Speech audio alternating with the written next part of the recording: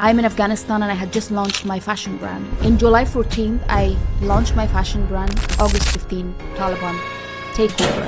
When I went to Afghanistan and I decided to stay there, despite knowing the society, the country, the condition and everything, I accepted death before making that decision. I was somebody with no knowledge of professional singing, but I had a lot of confidence. So that's when I actually decided, you know what, I'm gonna sing, I'm gonna do this. And nothing would stop me anymore. And I'm reading my kalam, I'm like, Bismillah ar-Rahman ar-Rahim, La ilaha illa. I'm reading because this is the moment, I'm like, okay, I'm either gonna die or I may survive, but dying is most probable.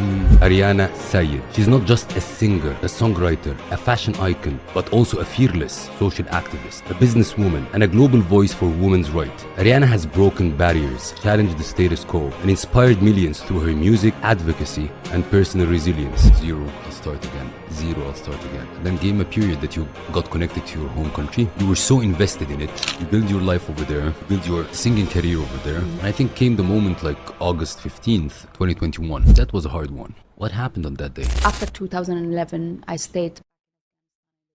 Today's episode of the Alpha Talks show is brought to you by XM, the world's leading online trading platform. In today's world, fashion, luxury, and brands aren't just about style. It's becoming more about smart investing. Women love fashion, luxury, and brands. And today, they're not just wearing them, they're investing in them. As luxury brands upscale online, women are showing up as a powerful and financially independent, shaping the market through their lifestyle choices. But did you know that fashion itself can be an investment? Instead of just buying from your favorite brands, you can own a piece of them. Luxury stocks are available online, meaning that instead of just paying these companies, you can invest in them and get a share of their success. Many people think trading is complicated or out of reach. But what if I told you everything around us can be traded? Your favorite brand, your favorite sports team, your favorite go-to coffee spot, and even the gold jewelry you love. With XM, starting is very, very simple. Register in 2 minutes from the link in the description and get an instant bonus to try trading for free. So invest in your brands instead of just buying them. Fashion is more than just a statement, it's an opportunity. Invest in what you love and start now with XM.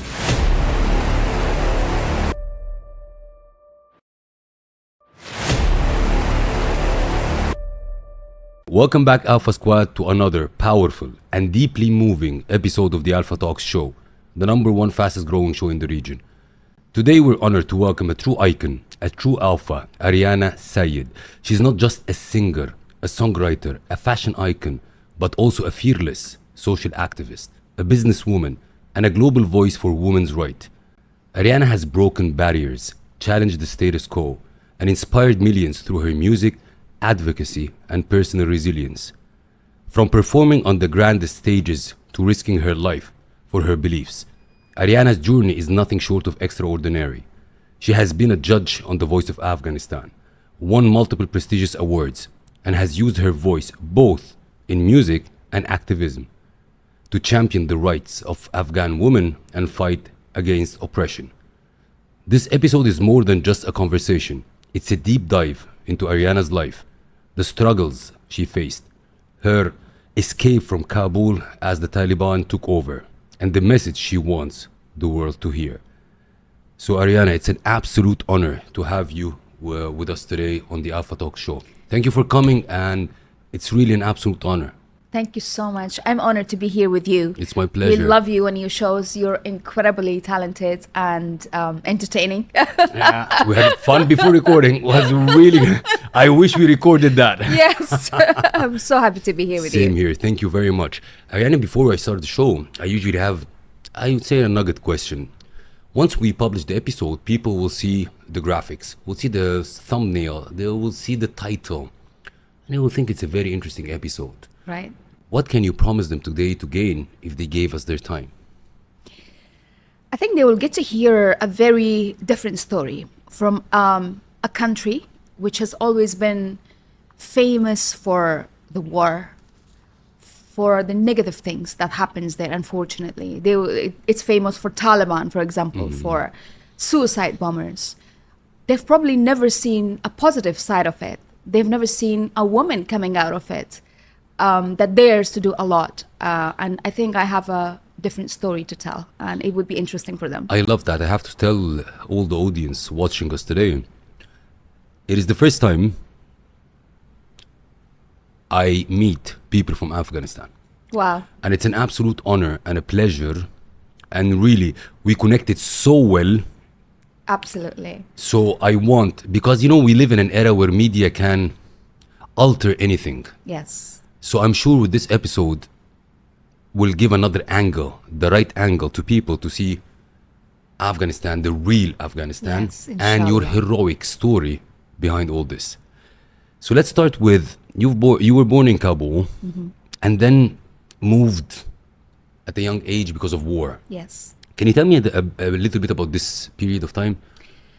I was 8 years old when we left Afghanistan due to the war and everything, and this was Mujahideen time, if you remember. A lot of warlords fighting each other after the collapse of Najibullah. And I was born into a family of 7 daughters, my mom and dad, and I have 6 sisters, and I'm the youngest one in the family. And I remember there was no school at that time. Schools were closed because of the bombardments and the rockets coming every day, hitting the houses, civilians. The last thing that actually pushed my dad to decide to leave Afghanistan was we were sleeping in the middle of the night and a rocket hit our house. When we were all sleeping, it's like 3 o'clock. I just got goosebumps right now. And the rocket lands in our garden. And all the glasses start breaking. There's no electricity. We can't see each other. And there's a lot of smoke and everyone's screaming. We don't know who is alive, who is dead, what's happening. We're all in a shock. And obviously all of us woke up in the morning. Thankfully, nobody was hurt, because what happened was we had this huge, gigantic tree in the garden that I feel like it saved us. So many birds had died that was sleeping on that tree. I remember they were all on the floor. But we were all fine. And this was the last thing that my dad said, you know what, it's done. I can't live it. Because he was a patriot. He loved Afghanistan. He didn't want to leave at all. So then he decided to take us out of the country. We migrated to Pakistan, to Islamabad. And obviously just to leave Afghanistan at that time, because we don't have passports, it was really hard. We have to go to the border, and then if you're lucky, you would get in. If you're not lucky, they will return you.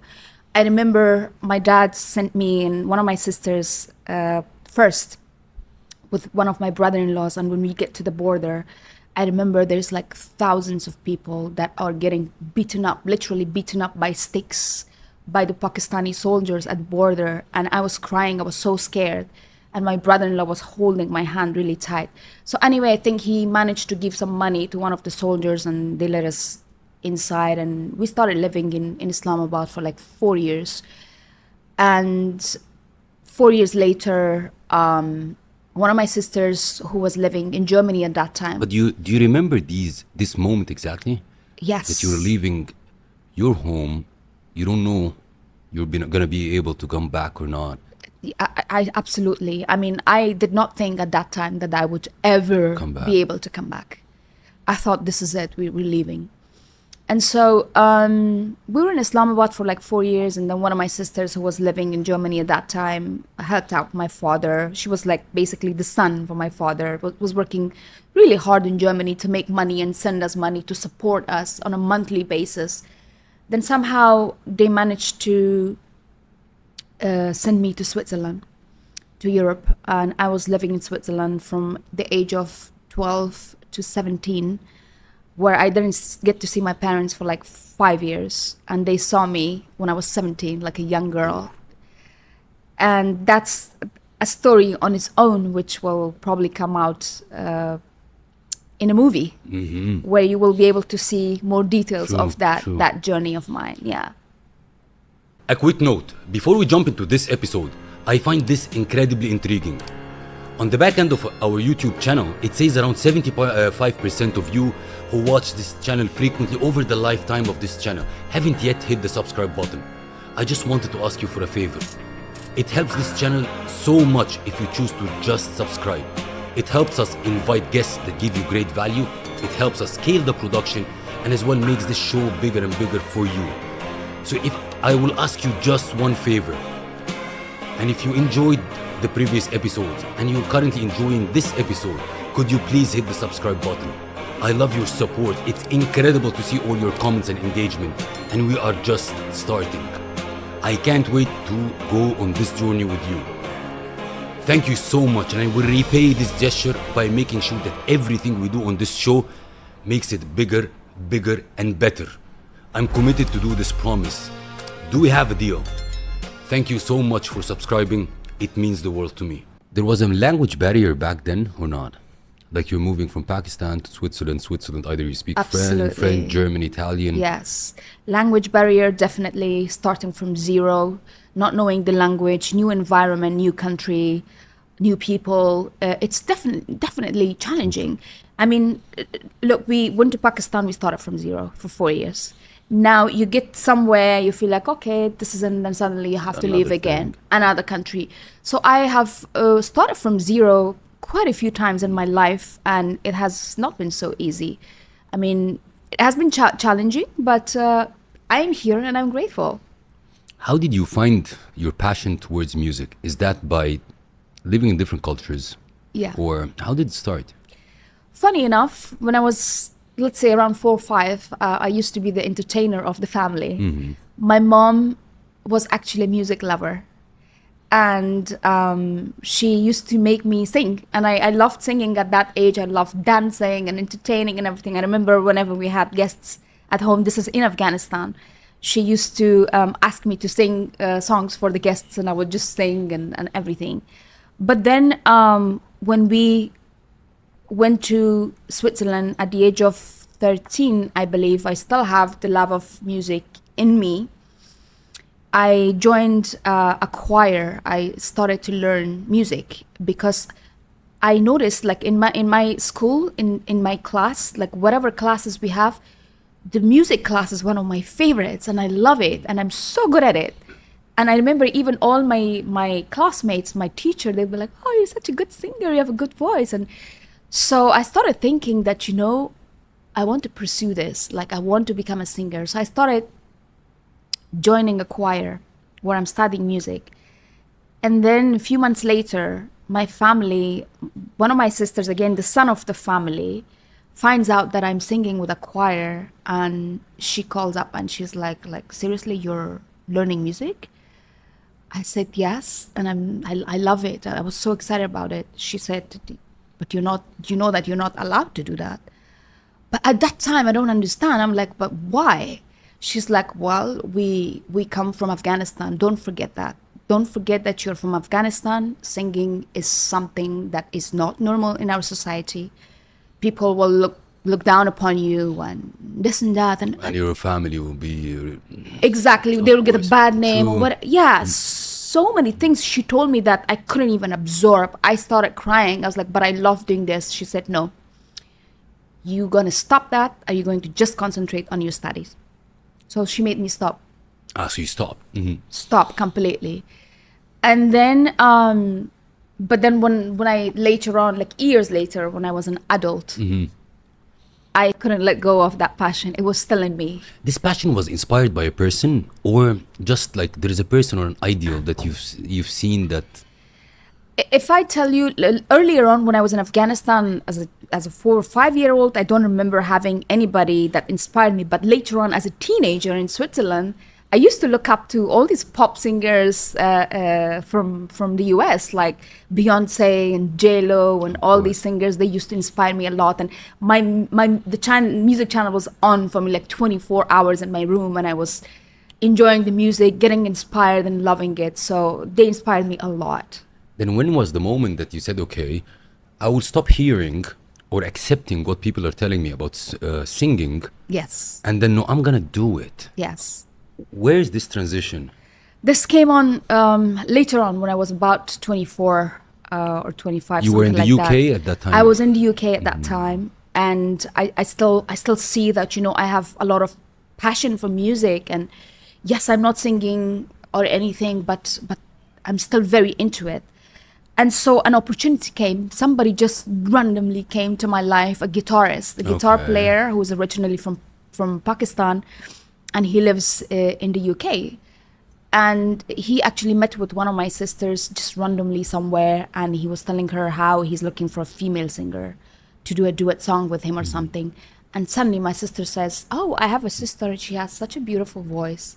If you want, I can introduce you to her." One of my sisters, right? That she, I don't think agreed so much that I should be, True. I don't know what happened to her that day. So I get introduced to this gentleman and we start jamming, and he goes to me, "Aryana, you have such a beautiful voice. You should pursue this, like seriously." I was like, "Really, you think so?" He goes, "Yes, absolutely." Like, I was somebody with no knowledge of professional singing, but I had a lot of confidence. I have a lot of passions, and Towards it music. comes across. Exactly. So that's when I actually decided, you know what? I'm gonna sing. I'm going to sing. I'm going to do this. And nothing would stop me anymore. Any challenge that you faced at this time? Because I want to move afterwards to some snapshots, like any challenges from a family perspective, from your circle that said like, you're Family putting us in perspective, trouble. I feel like, yes, I feel like in the beginning, in my family, everybody was so unsure of this. Yes, they couldn't put that kind of pressure on me, like stop. Like when I was a child, of course, now I'm an adult. They're much nicer, they're much more understanding, and also they have spent so much time in Europe now, their minds have kind of opened up a little bit, but they're still very unsure. They have so much pressure of the society and what people will say, what people will think, and this and that. So it was a bit of challenge for me to prove myself to them, you know. True. I had to go through a lot, but then once they saw the talent that I had, once they saw that I could actually carry myself really well doing this, and doing it with self-respect, which was very important for my family. So they actually eventually accepted it, and they started supporting me, and they still support me more than ever. If I want to have a snapshot for the audience and the viewers watching us today, at that moment of time, give me a snapshot or a vision or an image of Afghanistan when there is a female singer. There was a female singer artist or not? When I went back to Afghanistan in Not going back. I still there. not going back. You are in the UK, you started singing and Yeah. you wanted to have this. Okay. Looking at Afghanistan, oh Yeah. my God. Yeah. One day I'm gonna need to go there Yeah. and sing. Yeah. So what was this look like? You know what? I remember at that time we still got to see a lot of the older generation singers. Nobody knew that I would say, "Oh, this is from this generation." Oh, wow! No, all we could see was the older generation singers still doing the same thing, the same music. Nothing new, nothing that would, Stand out or exactly. And it was a no-go for any woman or a female No. to be singing. And a lot of these singers, remember, these singers are outside the country. They're not inside Afghanistan.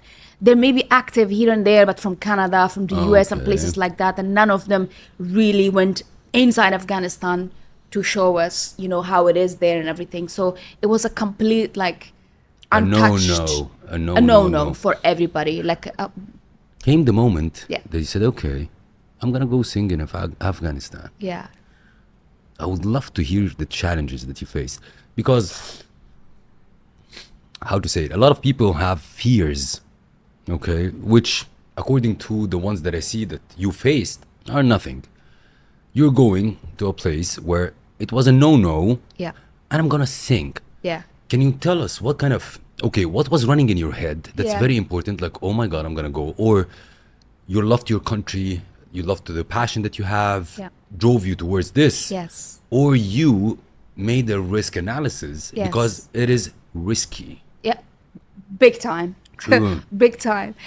And I've done some crazy things in my life. Yeah. Honestly, I don't know why. I have this very funny, daring. I don't think of the negative too much. I automatically think of the positive side of the things. But in this case, when I first heard that I am wanted in Afghanistan by one of the biggest TV channels, which was called Tolo at that time.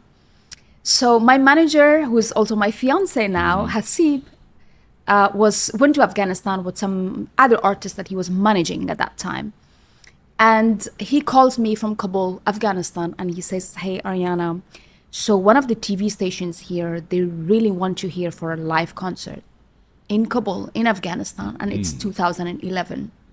First, You didn't visit Afghanistan before that at all. when I left at Yeah. 8 years old, never went back. I completely had almost forgotten about Afghanistan. I never imagined myself going back, right? Obviously, I could see Afghanistan on TV and everything when Taliban came and everything that they were doing at that time, which was horrifying. I used to be a teenager at that time. I was in school.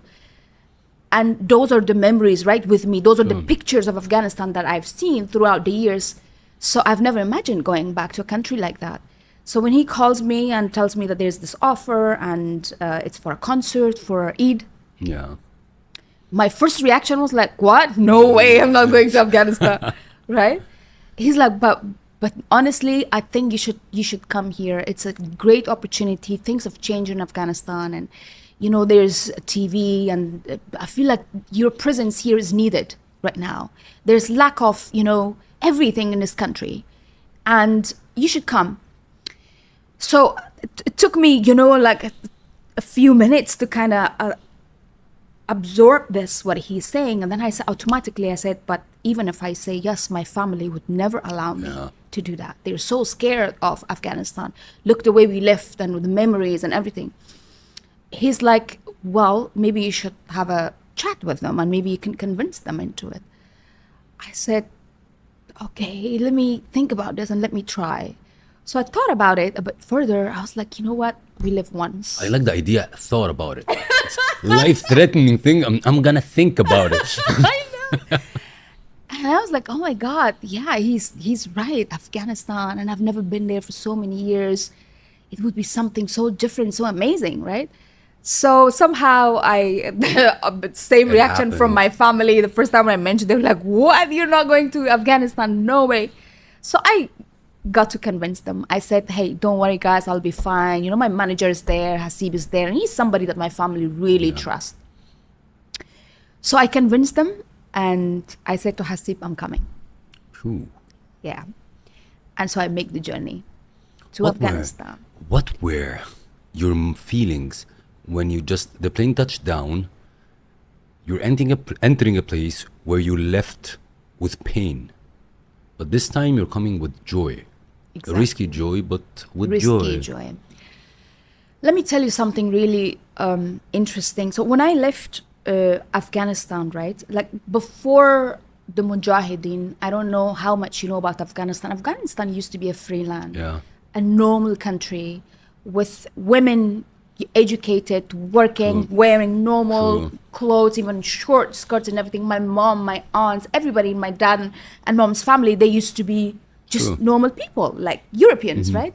And then suddenly I remember the first time Mujahideen came, I have to tell you, this experience is really funny. Not funny, sad, but funny.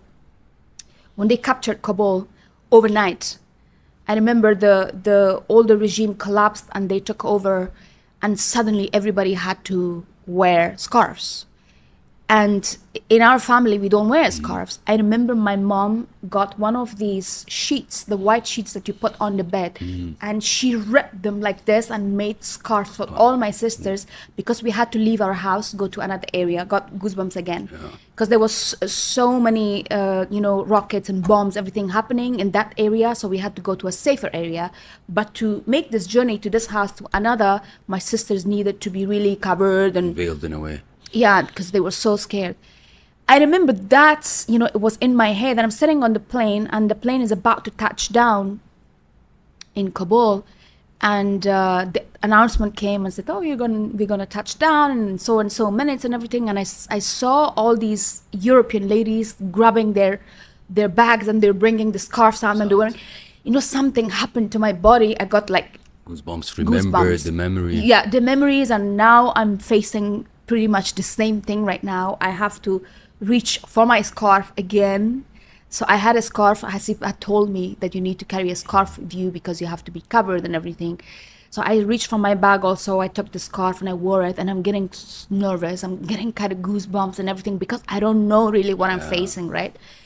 So we touched down. I come out of the plane. They check my passport, and the minutes I am like a passport area, the immigration, my luck, I think there was a fight happening and it was really loud, and my heart starts bumping like boom boom, like literally like this. And I look around, like everything is so different. People are so different.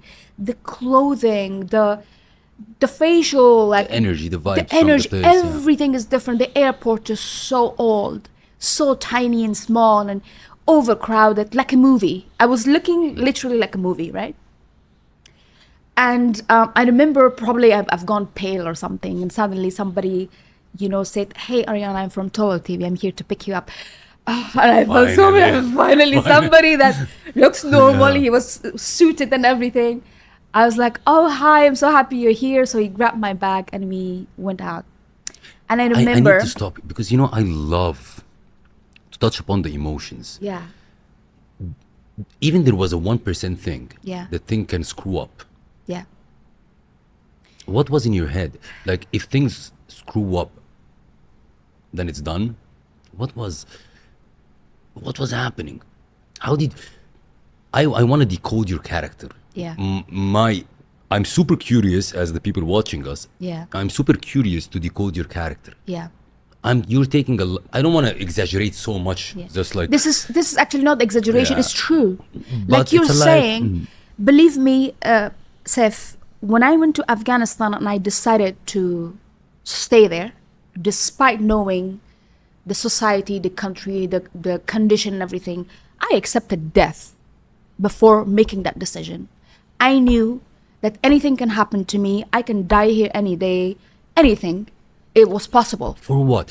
Why I'm telling you this? Because we all have particular causes. Yes.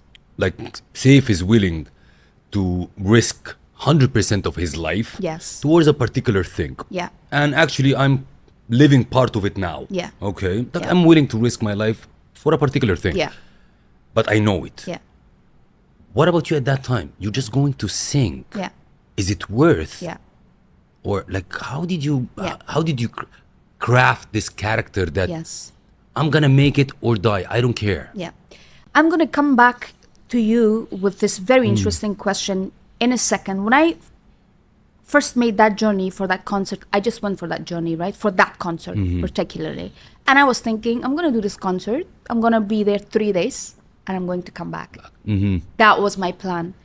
But the minute I touched down in Afghanistan, the minute I was exposed to that country that I was born, I was exposed to the people who are in dire need of help, right?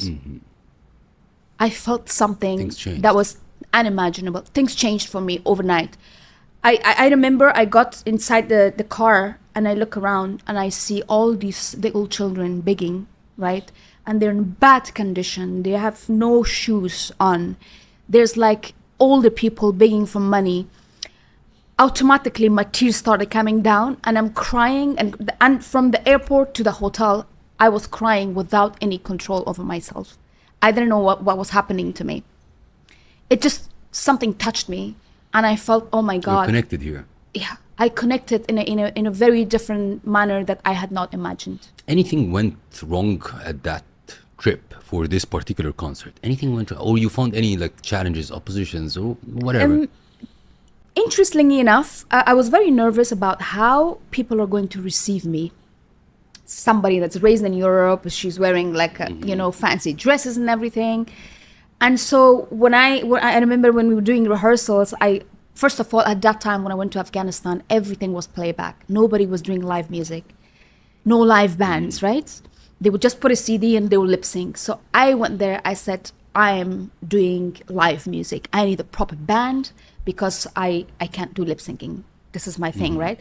And they had to put on a band together, which was something so new for them and everything. So I remember during the rehearsals, the producer is kind of telling me about how things goes here. And he's kind of telling me I have to be careful with what I wear. I have to be careful with what I say and how I move and everything. So I'm okay. I'm taking notes in my head. I'm like, okay, so things are not so normal here. I have to be careful of so many things, right? But you know me, like when I'm on the stage, So it's like, I'm free. I'm free. chill. I don't care about the world. I just perform, right? So concert night happens. I start performing, and I probably did a few little moves here and there, also controlled. I have to think about this. Like remember, you can't be like 100% like you are in Europe or True. something. Funny enough, people loved me overnight. They loved my concert. The concert was aired in the next, I think, 2 days for Eid. I wake up in the morning and everybody's telling me my songs are playing all over the country. Wow. Taxis, restaurants, homes, on the street, everyone is playing my... And what I did was I actually chose some songs, like very, very old traditional songs, and I re-sang them. Okay. And I got the audience to sing with me, which was something True. new for Afghanistan. No audience had sang with a singer before because they were so shy and so thoughtful of what people are going to think. They're going to see me on the camera singing. You know, those things are really big deal in Afghanistan. But I've they also felt free with me when I was singing, and so they loved my music and everything, and I got more popular overnight in Afghanistan. Was this, the concert was done in the football stadium or it was not? No, this one was done inside the premises of the Tolo TV. Okay. They had a I think it was done there. They had a studio. It was done there, but the studio comes much later than much that. later. Yeah, so again, I'm gonna make it short. I did the concert and I was thinking I'm gonna go back home. Initially I was thinking, but the connection that I made, I want to stay. I said, you know what, this country needs me. I have to be here. I have to do something for my country from here, no matter what it takes. That's what made me decide. I am impressed by a lot of things, but one of them also strong things. Regardless how was Afghanistan back in the days, we all, I believe, come from the same culture. Yes. Like, as a daughter, Yes. I'm going to go back to Afghanistan. We always have like, the father will come in, nobody's going. You're not going anywhere. So you manage to not only fight your fears, Yes.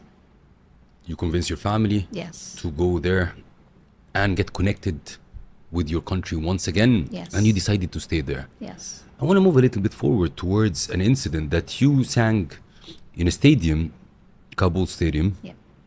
that actually saw hell. Saw women executed by Taliban. Yeah. I want you to recall this incident or this concert that you did over there and the emotions that you passed through when you know on those grounds, man, there are a lot of people was dead. Yes, a lot of people. A lot of people's hands and feet were cut there. A lot of women were executed and shot in the head, which made world news. And I remember at this time when we decided to do this performance, I was a judge on one of the talent shows in Afghanistan. And this idea actually came again from my manager, from Hasib. So we have football going on. The biggest matches happened in that stadium. And then one day, Hasib says to the producer, he says, hey, why don't you want to have a halftime show there? He's like, halftime show? He's like, yeah, you can have music there. You can have a song. He's like, oh my God, that's such a good idea. And Hasib told me about this idea. I said, oh my God, yes, I want to do that. Especially because people have such horrifying memories from that stadium that has stayed with them all these years. And I want to somehow, with this performance, I want to change the memories from that to something happier. And of course, there's a lot of risk behind this because remember, during these years that I'm in Afghanistan, yes, I'm there, but Afghanistan's still not safe. There's bomb blasts happening every day. People are dying. There's safety issues. I'm a target of Taliban. And a stadium is one of the also hardest things to manage and control. It's open from all around it, and it's anything can happen. Somebody can shoot you. Somebody can do a suicide bomb, whatever. But then, honestly, this idea and this excitement that I got for this overtook everything. I said, you know what? Anything is possible, but I'm willing to take this risk and do this. Because first, I wanted the memory of the people to change to something happier. Two, I wanted to make history. I wanted to make a statement. For me, when I was in Afghanistan, most of the things I was doing, I was mostly thinking, you know what? We have to make a statement. We have to fight. This is how we fight. They want to take music from us. They want to take our life, our work, education, everything. But we can't let that happen every day. Somebody needs to stand up and raise her voice. Somebody has to say no, right?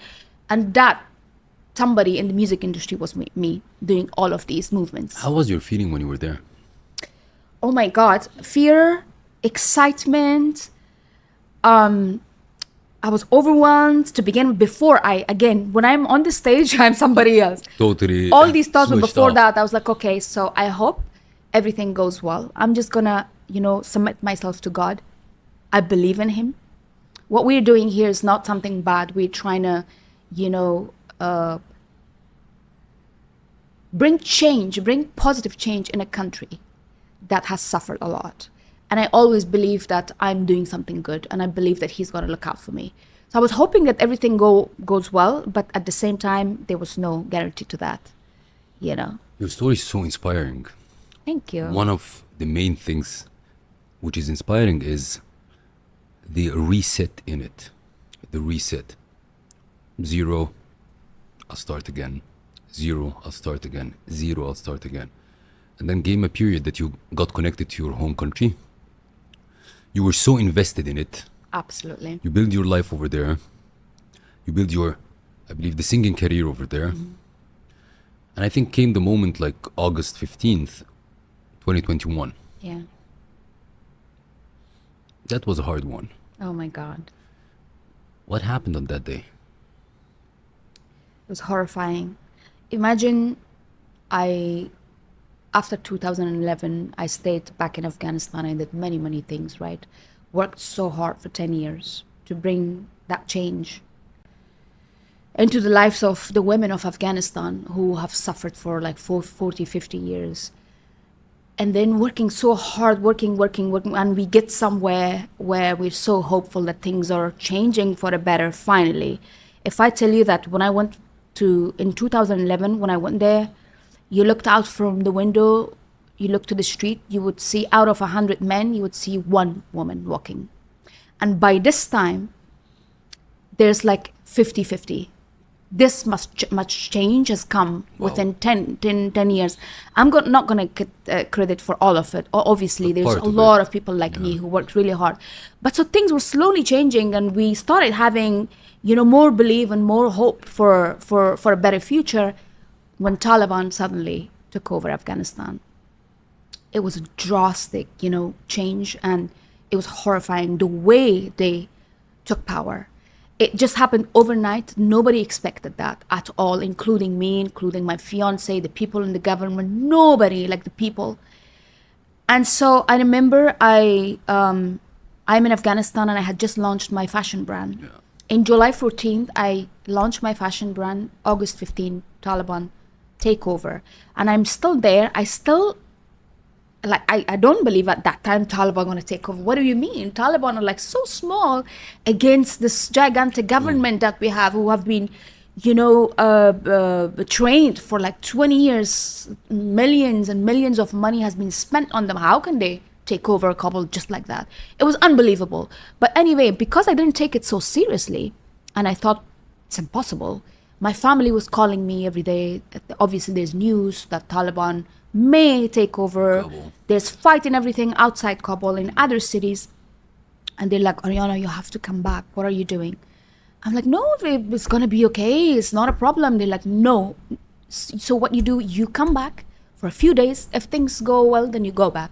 Then I finally said, okay, I booked my ticket for August 15th, the day the Taliban took over, right? Yeah. My flight is at 6 o'clock in the evening.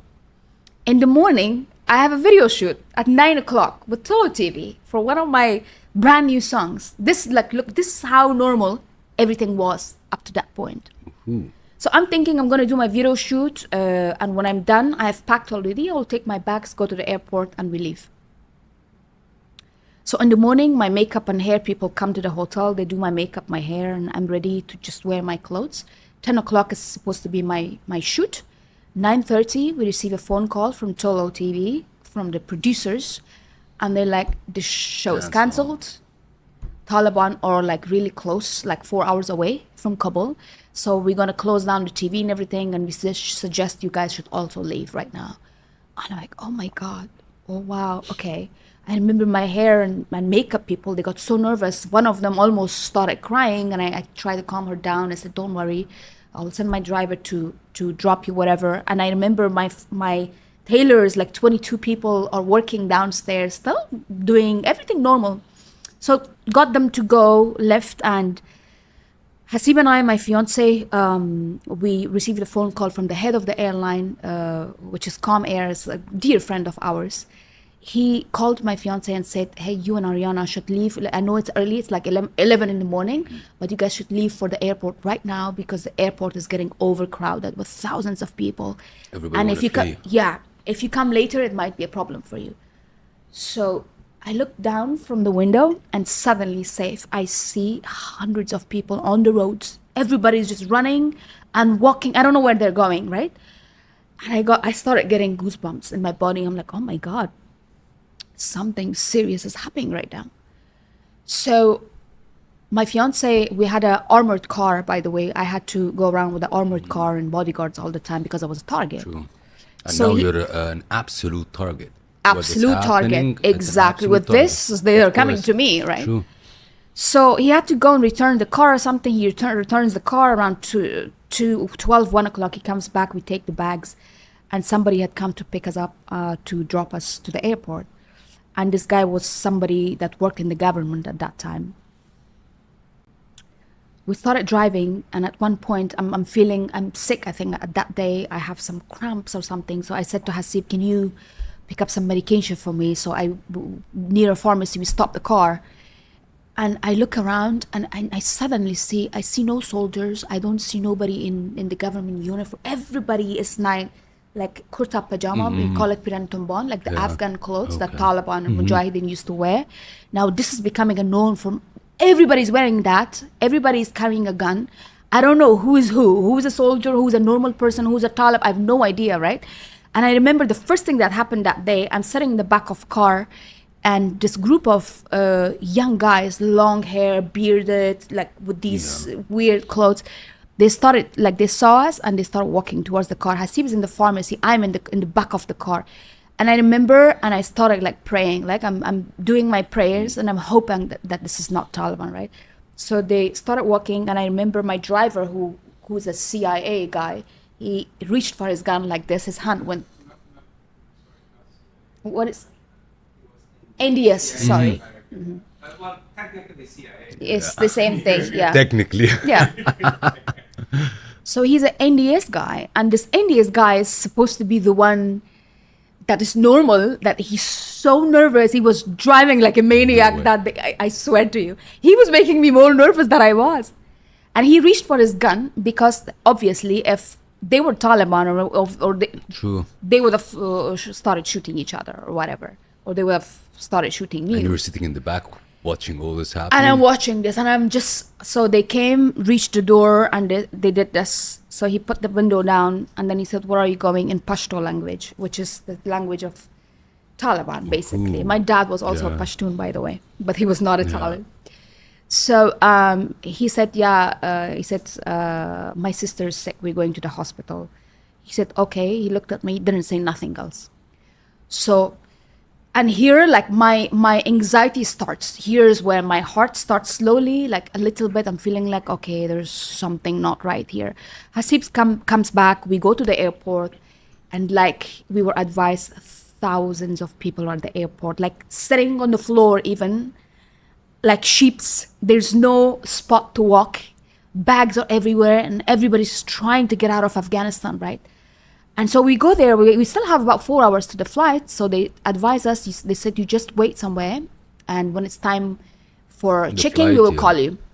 So because everybody still know me with the hijab, I'm covered with a mask, I'm wearing a hijab top to toe. By the way, I was like that usually when I was outside because people, wanted photos and everything. True. And when I didn't want to do that, I would cover Cover. myself, yeah. So Hasib said, let me take you outside because people will bother you here. It's too overcrowded and everything. And when I have checked in, I'll bring you back. I said, sure. Went to the car park, and I sat down in a corner just behind the cars, just sitting. And now it's like around 4 o'clock. And 4 o'clock, I started hearing gunshots like bop, bop, bop everywhere, right? And I'm like, oh my God, they're here, right? They're here. My sister's calling me from Denmark. All my sisters are sitting by the phone. Like every minute they're calling me. They're like, where are you? I'm like, yeah, I'm at the airport. When are you checking in? Like, and they're crying and they're miserable, right? And I'm telling them everything is fine. I'm not showing no nervousness to my family. I'm like, oh, everything is okay. I'm at the airport. No problem. We're going to check in soon and we're going to. But honestly, like when the gunshot started, I said, oh my God, they're here. And they were there actually. They actually took over around 4 o'clock that time. And I'm like, okay, so they're going to now probably start coming inside the airport. So I'm still waiting for Hasib to check in and he's not coming. And now it's getting dark slowly. And around 6 o'clock or something, Hasib comes, grabs my hand. He's like, let's go. I'm like, where are we going? He said, there's no checking. There's no plane. There is nothing. There's a plane. We have to get inside the plane. Our plane but there's no checking. Forget the bags, forget the checking. Yes, we just have to go. Just jump inside of the plane. Just jump inside the plane. This is what I'm like, oh my God. So by now I go back to the terminal and everything is a chaos. Like there's bags everywhere with no owner. Like the people are not there. People are running, screaming. Children are screaming. And so he takes me through you could go through any door that you wanted. There was no security anymore. There was no soldiers. There was no checking. You could just jump into any airplane that takes off, right? So we go by the plane and the plane, like literally, I swear to you, this scene, every time it comes to me, I remember Titanic movie. Mm-hmm. It was like that. Like piles of people on top of each other on the stairs. Somebody's trying to go up, somebody's trying to come down. And Hasib is telling me, we have to go on this plane. I'm like, Hasib, I can't. Look at this. But we have to, he says. So he grabs my hand and somehow we push and we get to the plane. And the minute I put my head inside and I see this plane is full of people from the floor to the ceiling. There's no air to breathe. There's no space, like literally like this, right? And I started feeling like suffocated. Mm-hmm. I couldn't breathe. I said, Hasib, I cannot breathe. I have to get off. He's like, but no. I said, no, I can't. I looked at him and I was very serious. I said, I can't breathe. So he said, okay. We get off the plane. We come back off. And we're just standing there. And we don't know what to do. On the runway, kind of. On the runway. And we don't know what to do, where to go. I have no idea. We've gone like drawn blank. And there's nobody to help us, right? So we stood there for a few minutes and then went back inside the terminal. And now it's like 11, 12 o'clock at night. And now I'm feeling like, okay, I said, Hasib, it seems like Taliban are outside and they will be walking in any minute now. That plane, by the way, never took off. No way. That plane with all those people inside it were there for the next 24 hours, never took off. And those people stayed inside the plane with that kind of condition and environment. I'm going to interrupt because you should say why it didn't take off. Yeah. Like, That's important. Mm-hmm. Yeah. And why it didn't take off? Because apparently there were people with guns inside the plane, one. Two, when the pilots saw people with guns, they got scared, they ran off. They said, we can't. There were no pilots even. There was no pilots, apparently. Even the first, when we went, apparently there was nobody there. People were thinking it's going to take off, but no, it never took off. Pilots ran away and they probably jumped to another plane and they left because they were Russians or something. There was no pilot, so it never took off. So anyway, inside the terminal, I said to Hasib, look, I feel like, if Taliban start coming in, they're going to obviously ask us for the ID. We have to show them the passport. And the minute they see my passport, It's gone. I'm done. They know who I am. He said, what do you suggest I should do? I said, I suggest we should leave the airport. Just go outside and face whatever it is. He was like, are you sure about this? I said, yeah, I would rather take that risk than just stay here helpless, waiting for them to come. In. So we decided to go out. We called some of my fiance's cousins who were basically like heroes. In that kind of condition and environment, they actually made sure they bring a car outside the airport to pick us up, which was really crazy. Nobody would dare to do such a thing. I mean, I don't know if you want me to make it short or just tell you the details, but we started walking out, and while we're walking, we're the only people walking out of the airport. Thousands of people are still coming in. We're the only ones getting out of the airport, right? I see kids and families still running because they've heard that planes are taking off, and they're taking just anybody without no passports, no papers, nothing. And your bags are left, finished. You're going out of the airport with nothing except passports. My driver is taking my bags. He's carrying it still, which is funny. I need my clothes. I need my dresses. And I had 10 bags by the way. 10 bags.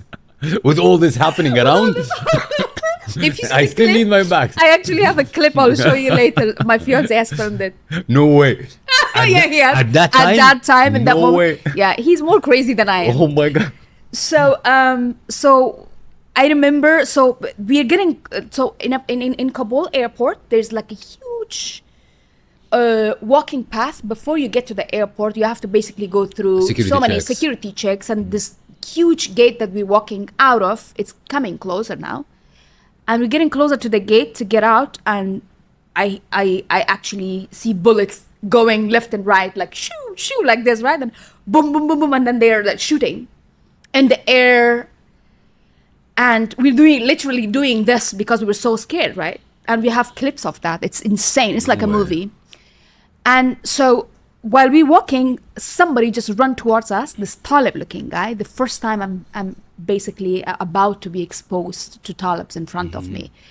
And I'm reading my kalam. I'm like, Bismillah ar-Rahman ar-Rahim. La ilaha illa. I'm reading because this is the moment. I'm like, okay, I'm either going to die or I may survive, but dying is most probably thing that will happen. Oof. So I'm reading, and this guy runs with a gun, and in Pashto language is like, oh, where are you going? Like he's shouting. And Hasib, my fiance, doesn't understand Pashto, but I do. He said, what is he saying? He's saying, where are you going? And my fiance said, we're just getting out. We're just getting out of here. He said, okay, faster, make it faster. He did this. And we just started running, and the gate opens. I get out, and this is the moment I see a group of Taliban standing in front of me by the door. So we didn't know this. We found out later that they had captured the entire Kabul, but they were not allowed to enter the airport yet without the permission of the US. Oof. And we were inside. Obviously, we were not aware. I was thinking they're going to come now. They didn't have the permission. So they're all around the airport, but they're not entering yet. Right? I just got goosebumps again because this is the minute I look up and I see there's like a group of them, and one of them is wearing white clothes, and there's like a huge stone in the middle, and he's on top of the stone and standing like this, and he's literally scanning every person that's coming out or inside the airport. And I'm like trying to make no eye contact with him, like Bismillah. I'm still reading, and there's like gunshots. They're literally shooting. They're telling people not to come close to the airport, and people are still running, trying to. So at this point was where the cousins reached to us, and they basically put us in the cars, and we chose to go to their house and hide because they lived in a semi secure place where Taliban had not reached yet. So we decided to go there, and we were stuck there for the rest of the 2 days that we were there, with the Taliban being there. And then 2 days later, we took another risk, which is another story, and we were rescued by a C-17 US fighter, I US Army plane along other like 350 passengers, and they took us out of Afghanistan. But that 2 days and that journey is another scary story. It's another nightmare that you probably will get to read it in my book. Aryana, a question. I'm going to give this to you for a moment because this will give you a perspective. This is that gate. You'll see Aryana here. This is the actual footage. And you'll hear the gunshot as well.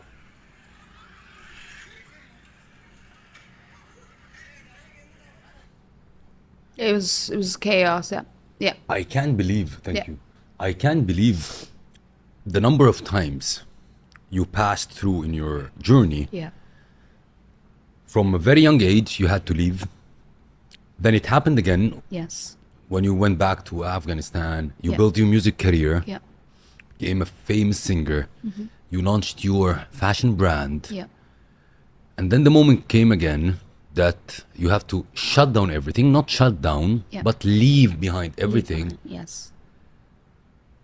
What were you thinking in that time? So, or you were thinking, okay, like, thank God that I'm alive.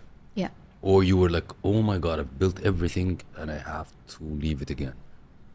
Where your head took you at that time? When I was coming out of Afghanistan, obviously, those 2 days that I was trying to get out, all I wanted, Just leave. all that was in my head was, I need to get out of here. If not, this may sound very, very bizarre to you, or it will be shocking, but the one thing that I was very scared of at that point was getting kidnapped. I was ready to die, But not get kidnapped. but don't get kidnapped. I said to my fiance, I said, look, there was a point during those 2 days where my fiance tried everything to get us out of there, and all the doors were shut. We called the English embassy, Canadian embassy. We have the British and Canadian passport. They're like, oh, where are you? We're in this area. Just stay there. Stay in put. Stay there. And there's no help, right?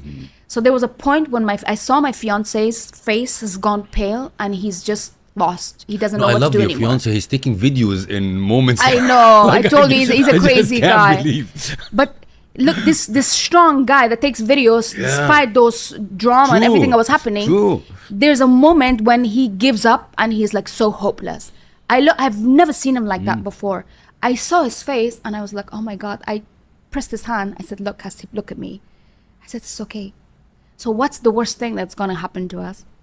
We're going to die, right? It's okay. But I said to him, just promise me one thing. Don't let them take me alive.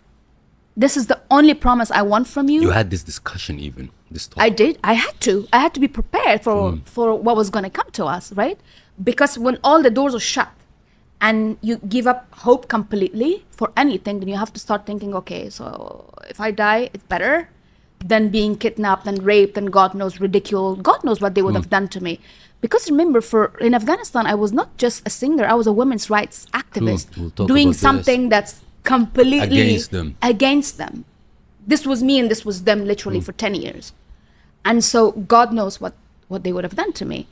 And so when we were coming out, the only thing that was in my mind was I need to leave, of course. And what really upset me at that time was like, what happened to Afghanistan? What happened? It was so shocking. I was like literally numb completely and disbelief of that happened to Afghanistan. And I was like, will I be able to see my country ever again? And that made me cry and my tears was coming out again. You know, I love your faith from one perspective.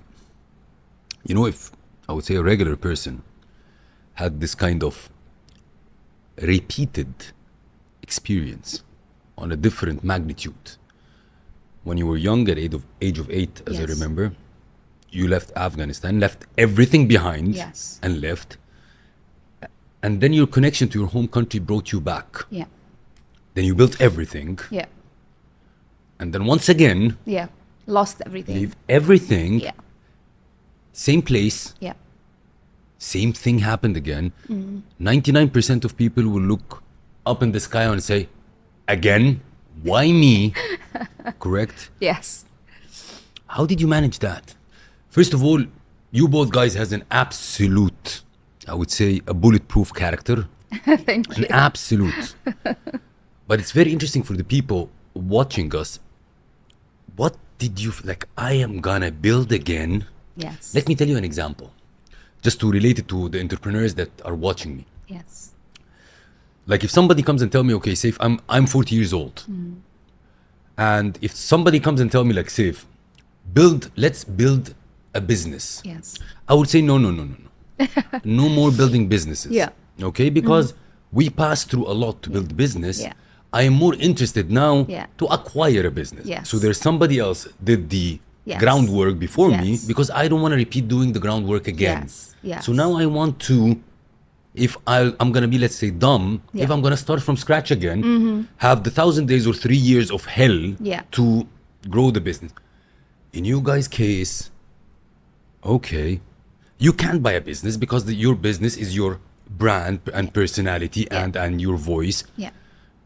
So I'm gonna build again. I have to start again. What's your feeling?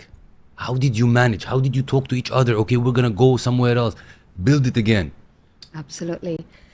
First of all, I have to say that I'm truly grateful to be alive. I feel like that day when we got out of Afghanistan, I felt like I was given another life, which I appreciate and I cherish, and I'm grateful to God, truly.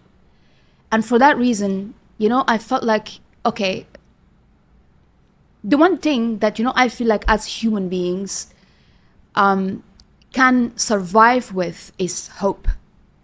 If your hope dies, you die. True. I'm somebody that has a lot of hope. I still have hope for my country. I have hope for myself, obviously. I feel like I have a new life. I have to start again. I cannot give up. And so when I came out of Afghanistan, the first thing that I did, they banned music, remember, in Afghanistan. When they came, they banned Right music away. completely right away. So I said, I'm gonna start touring. I started the world tour called The New Beginning. Oof. That's what I called it. I actually finished the last concert last December in Istanbul. That was the last one. The first one we started with Dushanbe in Tajikistan, and we went like 23 countries. So that's the one thing that I wanted to do, which I did. I built my women's rights organization called BIFA. Tell me about it a little bit. What's your mission with it? So my mission is to basically raise awareness. So Seif, when I came out of Afghanistan, believe me, I feel, as I said, I feel so grateful and lucky that I'm out. Imagine millions of women that are still stuck inside Afghanistan.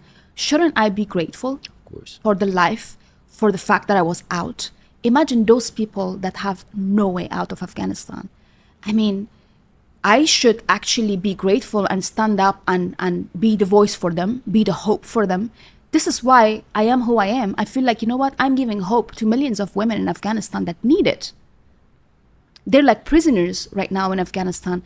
And I am in a free country. I have my voice. I have my music. I have my... use it. I'm going to use it for something good. So this is what actually brings me positive energy. This is what gives me, a lot of... If I want to summarize, is it again hope? Yeah. Or your belief Yeah. that you're going to make it again? Yes, absolutely. And believe it or not, I always feel like I'm going to go back to Afghanistan. Yeah.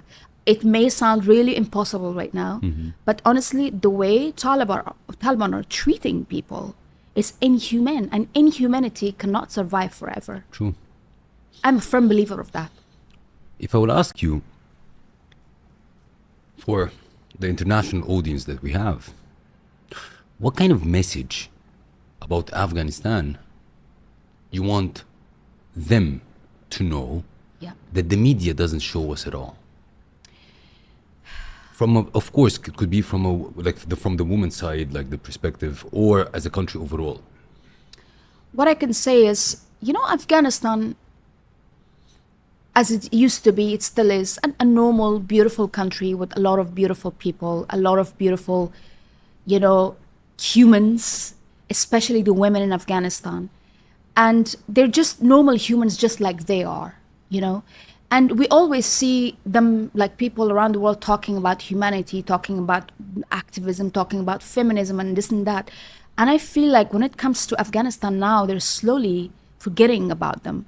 They don't know the magnitude of the suffering that women are going through every day. Look, they're banned from going out. They're banned from education, from working.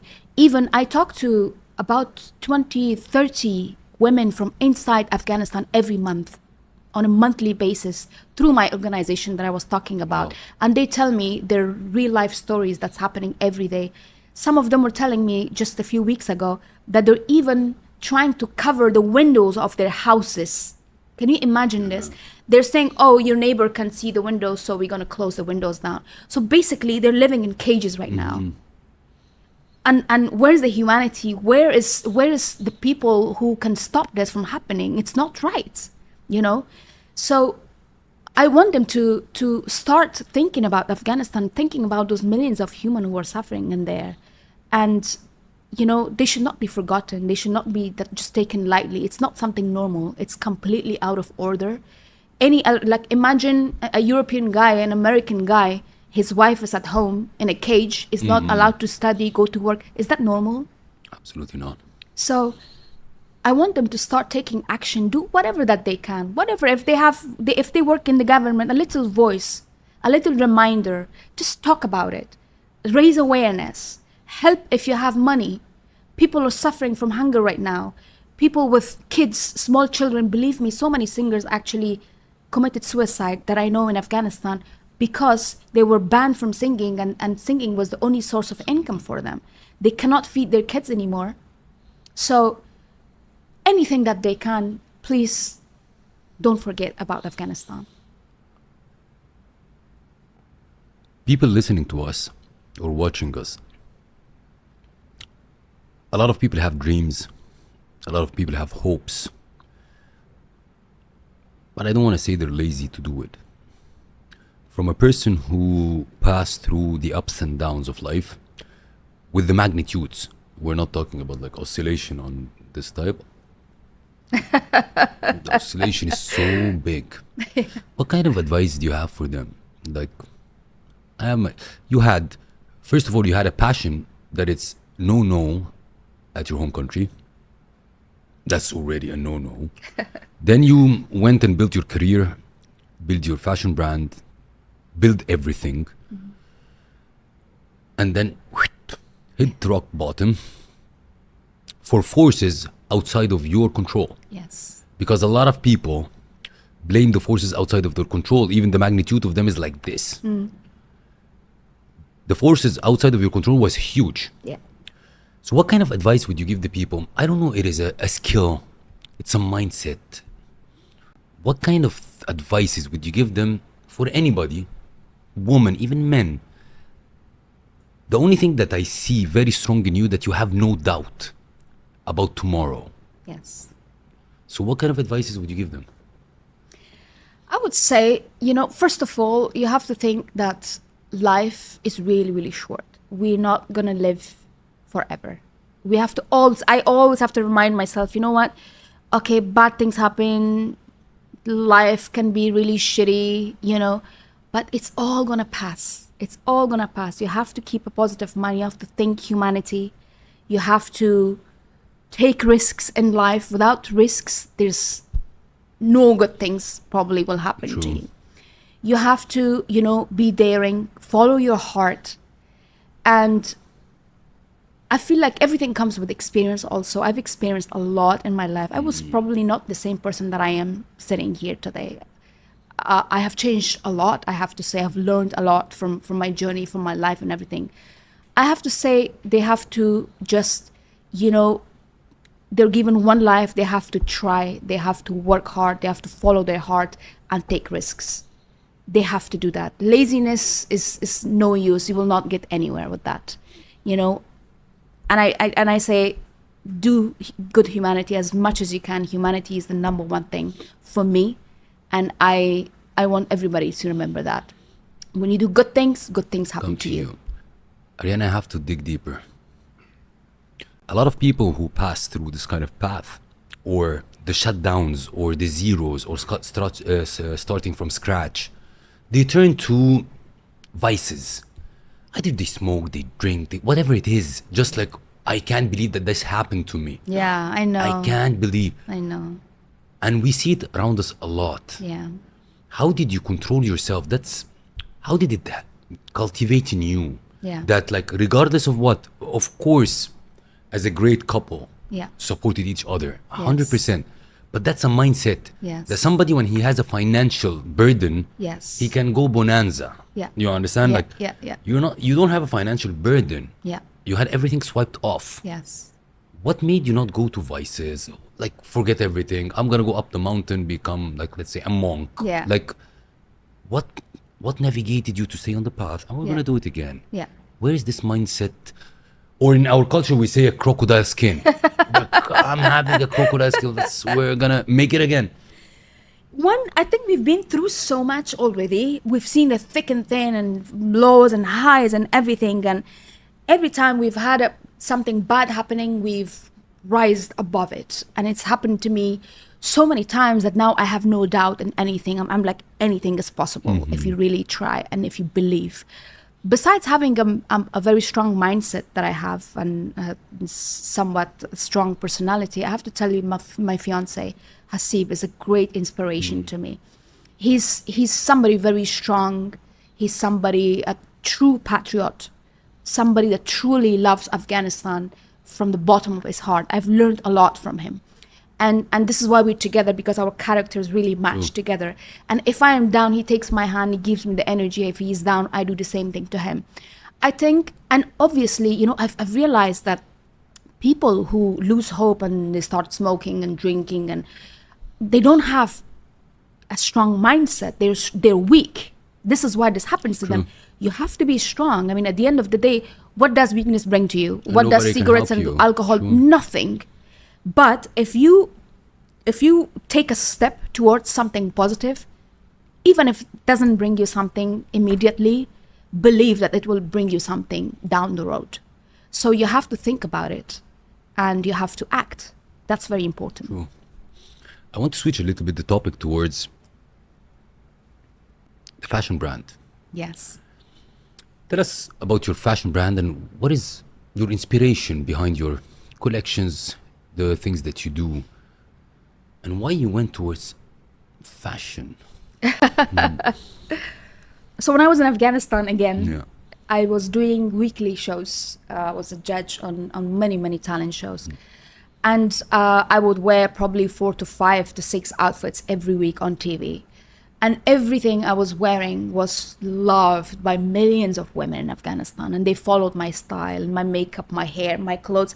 Whatever outfit that I wear today, next week it was in the shops everywhere, calling it Ariana's outfit. And everybody would like buy it. And also, the first time when I went there, I saw there's a lot of Indian fashion influence in Afghanistan. Okay. A lot of women were dressing up like in Indian clothes and everything, which is fine. Indian clothes are beautiful, but it was coming to a point where I felt like, okay, this is a bit too much. We have such a beautiful culture. We have such beautiful clothes. Yes, there's one issue with our traditional clothes that is really heavy. You cannot wear it like every day, like to office and everywhere. So I started thinking, if I take this traditional clothes and I mix and match it with something modern and make lighter clothes so it's beautiful and wearable at the same time, and also dress all these women in Afghanistan who were influenced by the Indian clothes and culture, teach them our culture, show them our clothes, which is beautiful, I think would be something amazing. And I also saw one more in the way women styled or dressed those years. They would because there's lack of manufacturing clothes in Yeah. Afghanistan. All the pieces will come from outside, right? And there's no guarantee that all the clothes that come there would have sleeves. And Afghanistan is an Islamic country. You have to have sleeves, right? So they would wear sleeves and then on top of it wear something sleeveless, just so they okay. can cover. That was really bothering. I was like, no, we can actually create beautiful clothes with sleeves that's covered and at the same time stylish. Looks nice. So all of these things together inspired me to create my own collection, which I did in Afghanistan. And my luck, 1 month of the launch and Taliban came and we closed down. But I'm very grateful and happy to announce that I'm able to, finally relaunch my clothes. And I was here at the Fashion Factor, which was a great opportunity. I'm very grateful to Thomas Fashion Factor. And I had a fashion show, and this was the first time I did something like this. It was a great experience, and I'm relaunching my brand, and let's see where it takes me. I'm still trying to do the same thing, bring the traditional clothes of Afghanistan and mix it with modern style, and it comes out something beautiful, and I think people will love it. I'm absolutely positive that with such, I would say, grit Thank you. and persistence Thank you. and the mission that you have, Thank you. the brand will take off, and Inshallah. inshallah God will give you back what you lost and much more. Thank you so much. If I would ask you what was, oh my God, I don't know even how I can like think of the answers. What is your favorite failure to date? A failure that it has happened, that you're absolutely grateful for that it happened, changed everything to the better afterwards. A great failure. That's a good question. Let me think about it. Maybe I don't have to go too far. My fashion brand, it failed in Afghanistan. It was out of my control, but I'm getting to relaunch it in such a big Absolutely. manner now. True. I mean, look, Fashion Factor, Dubai. This is a big thing. I never thought about it when I was in Afghanistan. And it's happening now, and I'm grateful for it. I love that. Let me flip it. Yeah. What is the proudest moment to date? The proudest moment for me is when I see the love that people have in their hearts for me. I have concerts all around the world, and thousands of Afghans gather together. They come to my concerts. They show me so much love and support. And when I see and when I feel that love, it's unmatchable. It has so much value to me. I feel very proud of who I have been and who I am and what I've done for my people, and the fact that they know that, they feel it, they appreciate it, and they show me love and support back. It means a lot to me.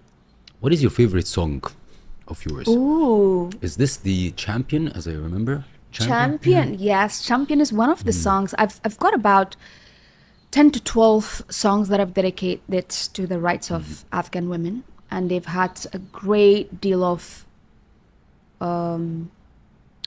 impact into society, many of them.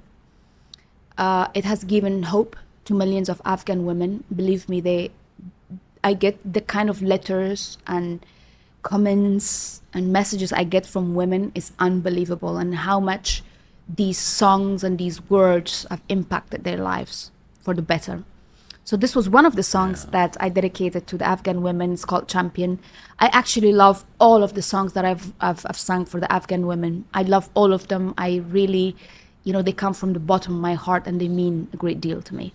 If I will give you a piece of paper, an empty piece of paper, and let's say you will sit with yourself and will list like 3 things you have, character attributes, for example, or beliefs that you have that made you able, I would say, to succeed in this kind of journey.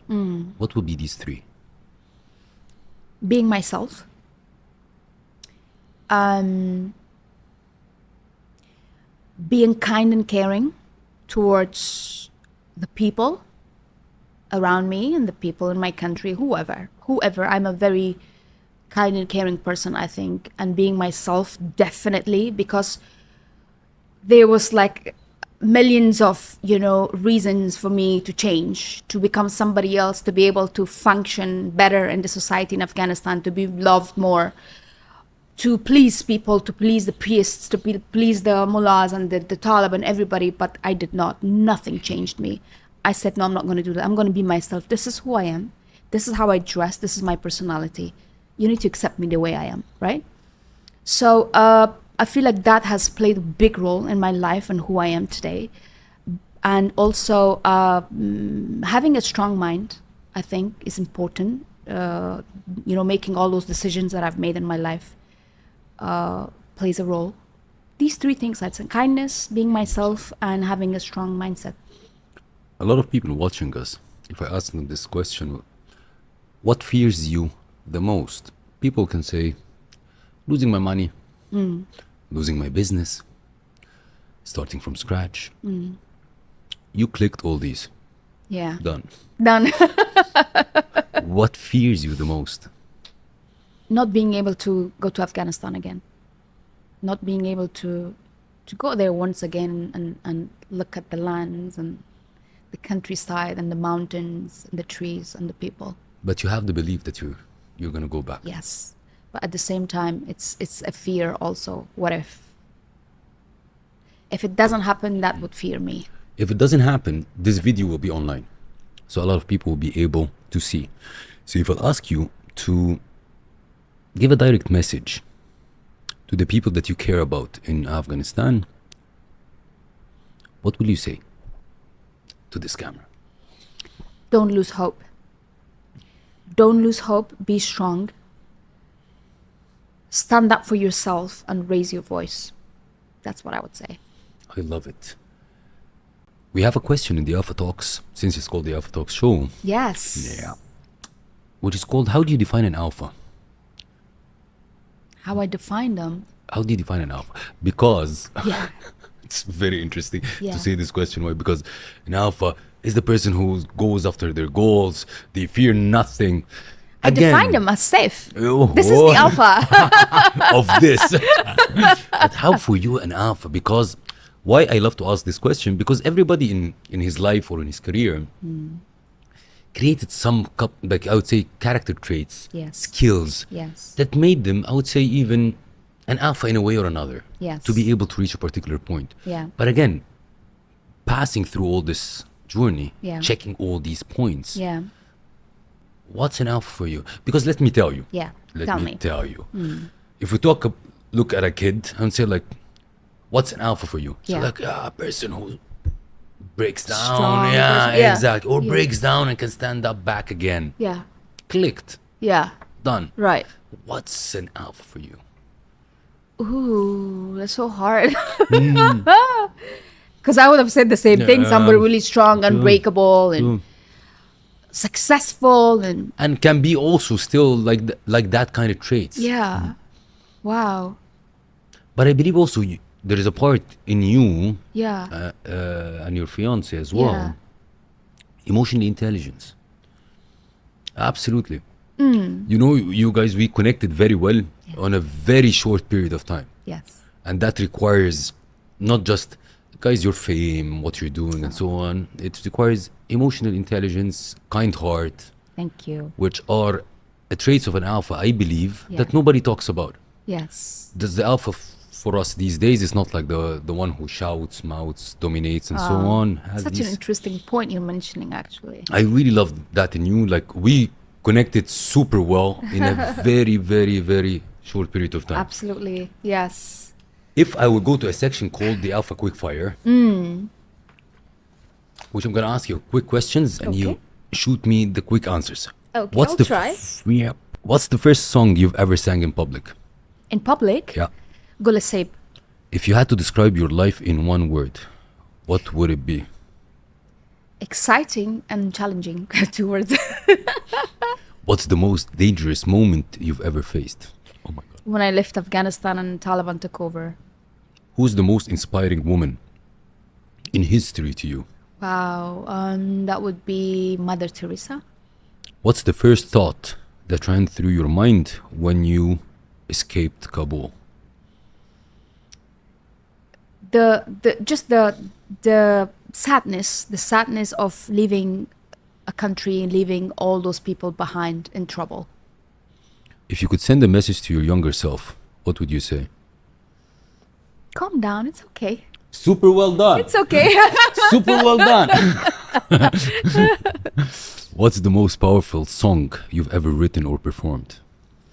To Meitani means you can do it. It was one of the songs for the women's rights, and I think it's one of the most powerful songs.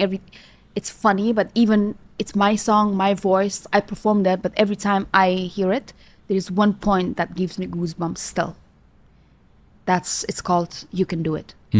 Yeah. What does freedom mean to you in one sentence? Wow, freedom means everything. I think freedom is everything, really. You have to have freedom to be able to live according to your own wishes and wills in this life. And you have to have freedom. It's very important. What is a fashion statement that represents your personality? A fashion statement.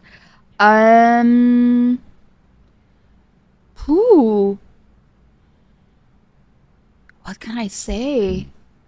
Or what fashion means to you? Fashion means style, personality. Personality and identity as Yeah, well. identity. What keeps you awake at night?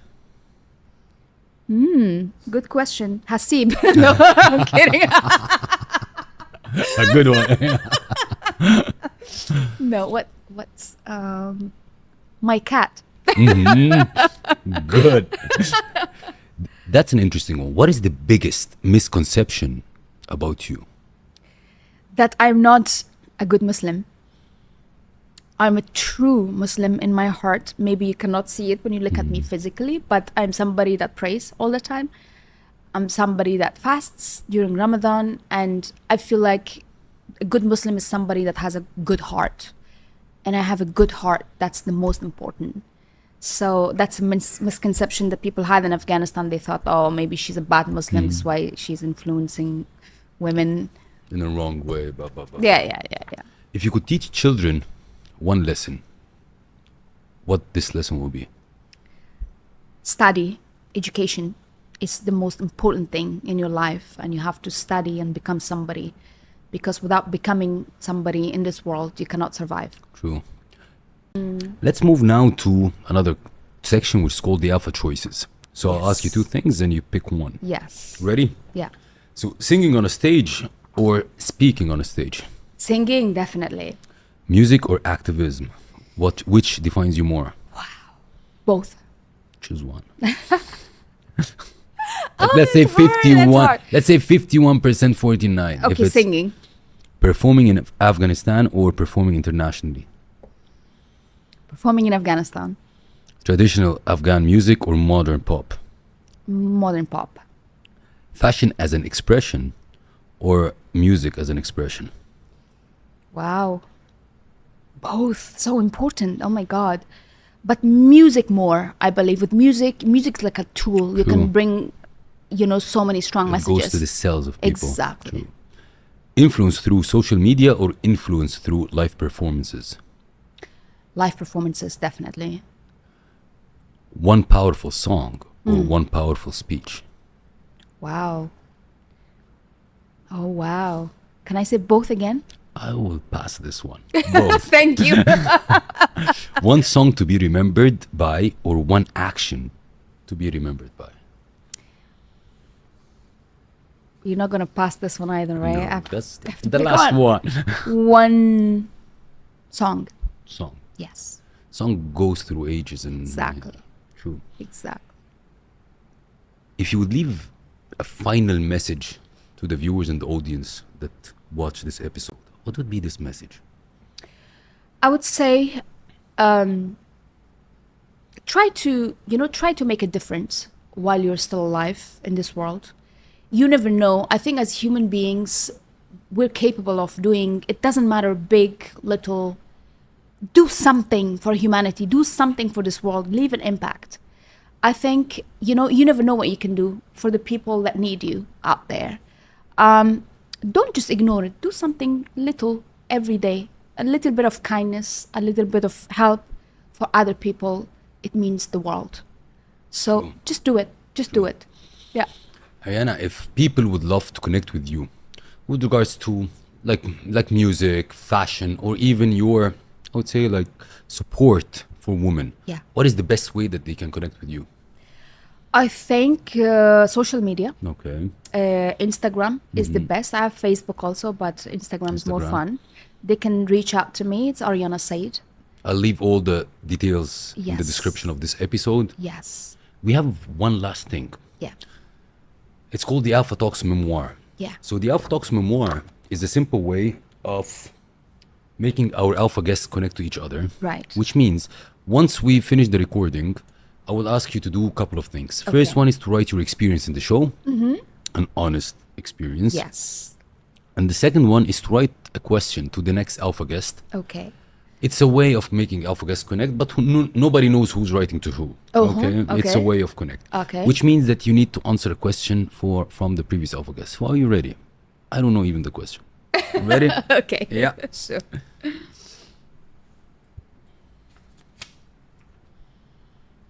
That was an Arabic interview, so I'll translate it. One thing that you regretted in your life and you would love to go back and change it. Wow.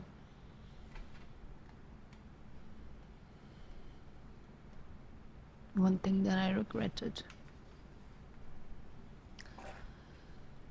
I think when I started my career, like when I was younger, I never cared about, I still don't, but with the age now, I feel like money is important. I never cared about money before. I was like, who cares about money? But now I feel like it's money that talks. Yeah. You need to make money. True. Now Very I wish important. I knew about this earlier on. I would have probably made a lot of it. True. But I'm still grateful. You know, it's okay. We can make money True. also. But it's something that I would have done. Of course. Yeah. I love your answer. And Ariana, it's really been a pleasure and an honor to have you in the Alpha Talks today. Pleasure is mine. Pleasure to know you. Pleasure to know your fiance. Thank you. And the episode is full of emotions, full of grit, full of perseverance, persistence. I really enjoyed it myself.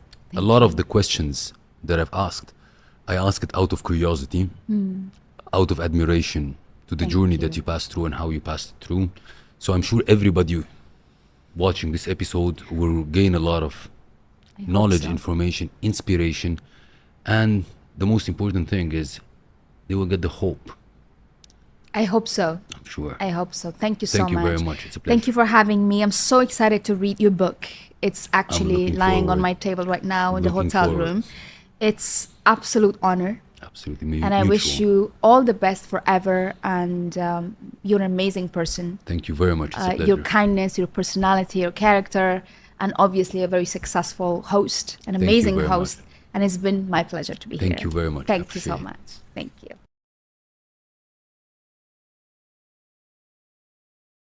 That wraps another inspiring episode of today's show. I hope that this episode has ignited your inner alpha and left you feeling inspired, motivated, and ready to conquer any challenge that comes your way. Remember, alphas aren't born, they're made. It isn't about dominating others, it's about embracing your authenticity, leading with integrity, and making a positive impact on the world. If you enjoyed today's episode, be sure to subscribe to the Alpha Talks on your favorite podcast platform. Leave us a review and share the podcast with your fellow alphas. Also connect with us on social media at Seif El Hakim. Share your thoughts, insight, and stories of personal and business growth with us. Let's create a movement of alphas supporting one another. The world needs more alphas like you exactly. Until next time, stay bold, stay driven, and stay alpha.